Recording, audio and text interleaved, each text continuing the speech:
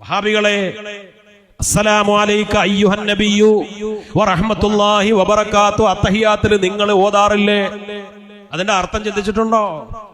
ഇതേ അർത്ഥല്ലേ അതിനുള്ളത്? എന്താ അവിടെ പറയുന്നത്? അയ്യുഹൻ നബിയു, നബിയേ, നബിയായിട്ടുള്ളവരെ.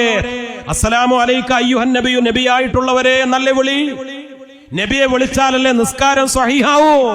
ബുദ്ധിയും ബോധവും വിവേകവുമുള്ള സർവ മുസ്ലിം പുരുഷന്മാരും സർവ മുസ്ലിം സ്ത്രീകളും അതാ പറയുന്നില്ലേ അസ്സലാമു അലൈക അയ്യുഹൻ നബിയു.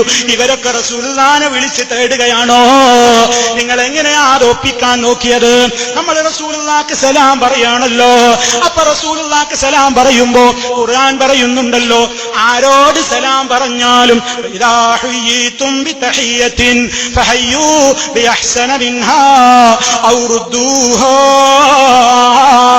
നിങ്ങളിലേക്ക് സലാം കൊണ്ട് അഭിവാദ്യം നൽകപ്പെട്ടാൽ ആ രൂപത്തിൽ തന്നെ നിങ്ങൾ തിരിച്ചു കൊടുക്കണം.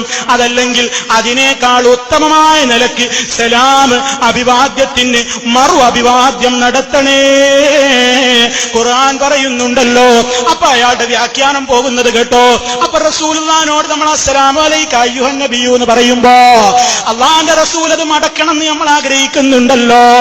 അപ്പൊ റസൂലുള്ള അത് മടക്കണം എന്ന സഹായത്തേട്ടമാണ്. ആ സഹായത്തേട്ടമാണ് നമ്മൾ അതിലൂടെ തേടുന്നത്. ഇത്ര ഗതികെട്ട് പോയല്ലോ. ചോദിക്കട്ടെ, അസ്സലാമു അലൈക അയ്യുഹൻ നബിയു എന്നത് അള്ളാന്റെ റസൂലിനെ വിളിച്ച് സഹായം ചോദിക്കലാണെങ്കിൽ നബിയും ഇത് തന്നെ പറഞ്ഞിട്ടില്ലേ? അള്ളാന്റെ റസൂൽ സല്ലല്ലാഹു അലൈഹി വസല്ലമയും നമസ്കരിച്ചപ്പോ ഇത് തന്നെയല്ലേ പറഞ്ഞത്? അസ്സലാമു അലൈക അയ്യുഹൻ നബിയു. ഓ മുസ്ലിയാരെ, റസൂലുള്ളാഹിനോട് തന്നെ ഇസ്തിഗാസ നടത്തിയോ? അള്ളാന്റെ റസൂലുള്ളാഹിനെ തന്നെ വിളിച്ച് തേടിയതാണോ?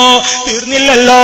അള്ളാന്റെ റസൂലിന്റെ പിന്നിൽ നിസ്കരിക്കുന്ന സഹാബത്തും ദൂരദേശത്ത് വെച്ച് നിസ്കരിക്കുന്ന സഹാബിമാരുമൊക്കെ അന്നും അസ്സലാമു അലൈക അയ്യുഹൻ നബിയു എന്ന് പറഞ്ഞില്ലേ?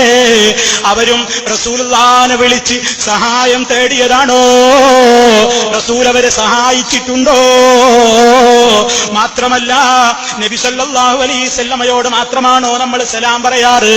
അതാ ഖബർസ്ഥാനിലേക്ക് ചെന്നാൽ മുസ്ലിമീങ്ങളെ, ഇസ്ലാമിൽ സുന്നത്തായ ഖബർ സിയാറത്തില്ലേ?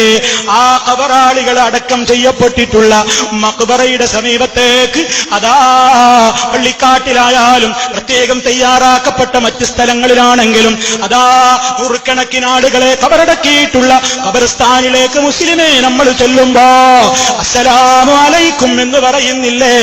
അതൊക്കെ അവരെ വിളിച്ച് സഹായം ചോദിക്കുകയാണല്ലേ? നിങ്ങളുടെ വിശ്വാസപ്രകാരം അവരും കേൾക്കുന്നുണ്ടല്ലോ, അവരും അലൈക്കും അസ്സലാം പറയുന്നുണ്ടല്ലോ. അപ്പൊ അവരോടും സഹായത്തേട്ടമാണല്ലേ?